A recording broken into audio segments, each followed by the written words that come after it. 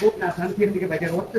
Uni Assalomu alaykum hurmatli obunachilar. Hammanglarni ko'p ko'rganimdan xursandman va bugungi zakazimizga keldik. To'rtgun purpire navesimizdan qo'yib beramiz. Faqat purpire emas, boshqacha bitta fasonda nimalar qilamiz. Qiziq bo'lsa kuzatamiz. Bir chiroyli dekoratsiya chiqadi degan umiddaman. Bahosini oxirida o'zingizlar kommentariyada yozib o'tinglar va layk, podpiska bosib qo'yishni ham unutmaymiz. Agar qiziq bo'ladigan bo'lsa sizlarga, necha pulga shunaqa variantlarni yasatyapsiz deb kerak bo'lsa, bemalol kommentariyada yozinglar, javob beraman.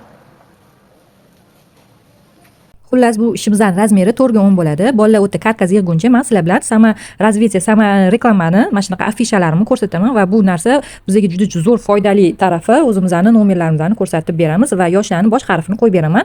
Bu yerda gullab terib, atrofiga chiroyli qilib bitta fotozona sifatida foydalansa ham bo'ladi. Va ishimizni material bichishdan boshlayman va shu yerda o'zida bichib tashladim. Yangi material olib, kemamga gul qo'ymoqchi bo'ldim va bu gullarim yoqmadi, bachkina bo'lib ketib qoldi. Klassika dedim, ikkita chetlariga gul qilib kapalingni qo'ndirib qo'ydi shu gulga.